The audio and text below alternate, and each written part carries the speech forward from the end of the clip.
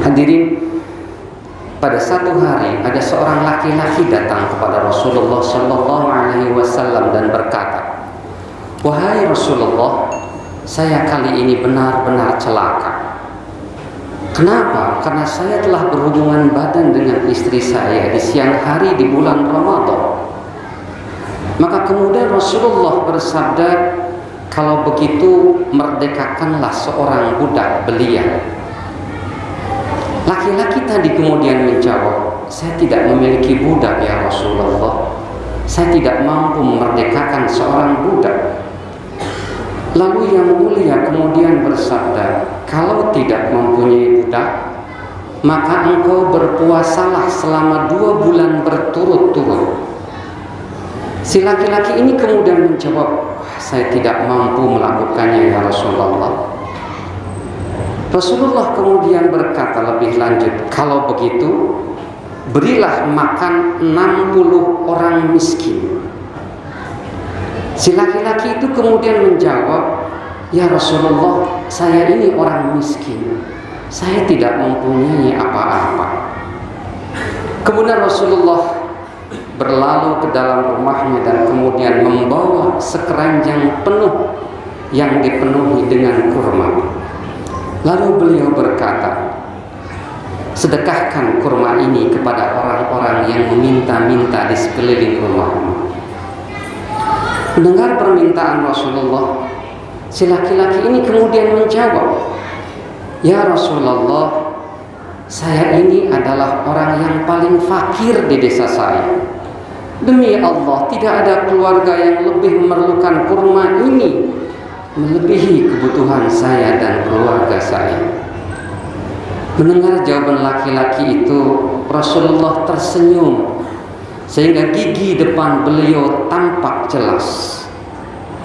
Selanjutnya beliau berkata, "Kalau begitu, pergilah, bawalah kurma ini dan makanlah bersama dengan keluarga."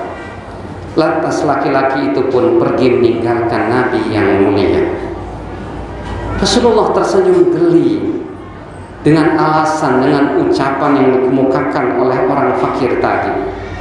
Dia sudah melanggar dengan melanggar yang sangat parah. Tidak mampu membayar fidyah, tidak mampu membayar tebusannya, namun kemudian pulang membawa sekeranjang penuh yang berisi kurma. Hadirin yang dimuliakan Allah, itulah silaturahmi, interaksi antara junjungan Nabi Muhammad dengan para sahabatnya dan dengan orang-orang yang meminta bantuan ataupun solusi untuk menyelesaikan masalahnya. Satu kata yang bisa kita ambil dari kisah di atas adalah bahwa Rasulullah mempermudah dan tidak mempersulit. Memang Allah Subhanahu wa ta'ala telah menurunkan ketentuan-ketentuan dalam agama yang mengatur kehidupan kita.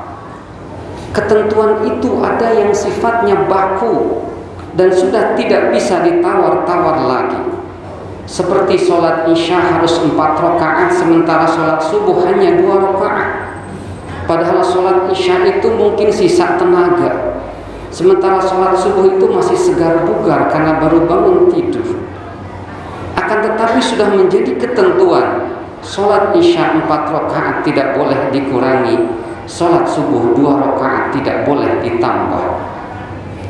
Akan tetapi Allah melalui Rasulnya yang mulia juga memberikan keluasan atau fleksibilitas dalam ibadah dengan memberikan keringanan dan kemudahan, termasuk dalam kisah di atas.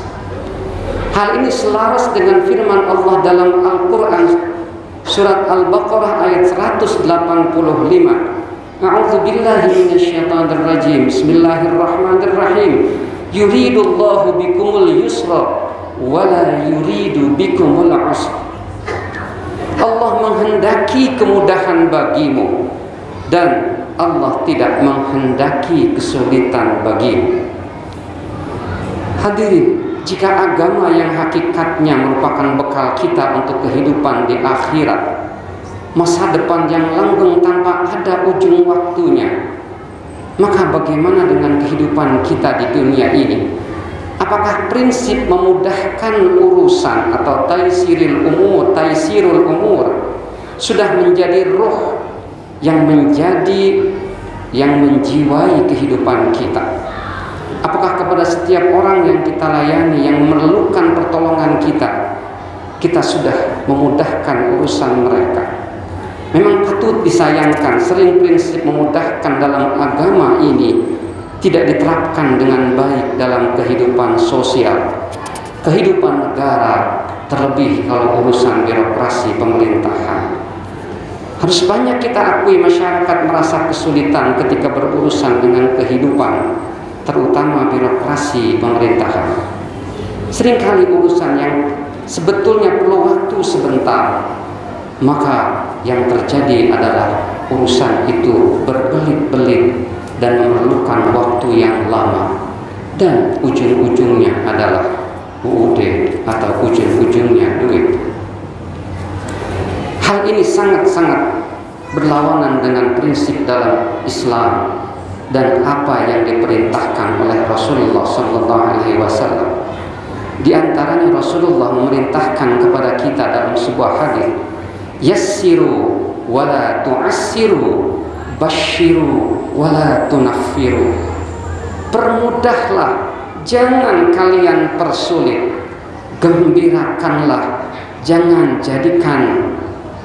engkau jadikan mereka itu lari darimu. Hadis riwayat Imam Bukhari Muslim dari Anas bin Malik. Hadis lain Rasulullah bersabda, innama bu'ithtum muyassirin wala bu'ithtum mu'assirin. Sesungguhnya kalian itu diutus untuk memberikan kemudahan, bukan untuk mempersulit urusan. Hadis riwayat Imam Tirmidzi, Bukhari dan Nasai dari Abu Hurairah. Sebagai penutup, pengalaman telah menunjukkan bahwa negara-negara maju bisa membangun keberhasilan mereka karena mereka bisa menciptakan hubungan yang serasi antara negara dan masyarakatnya.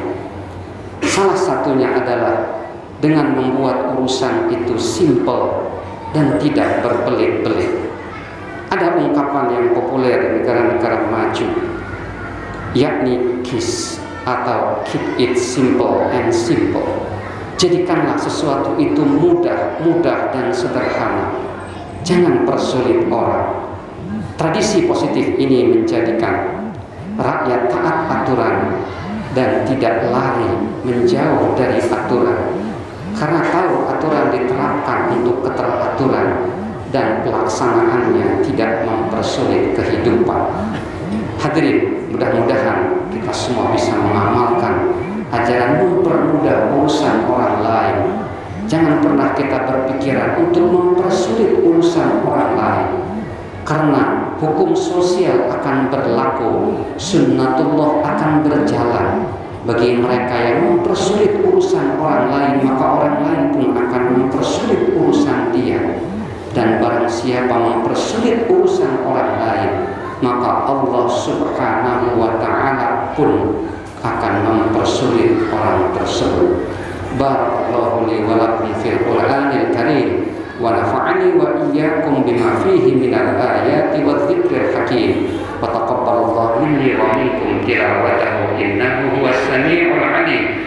Wa qur rabbighfir warham wa anta khairur rahimin.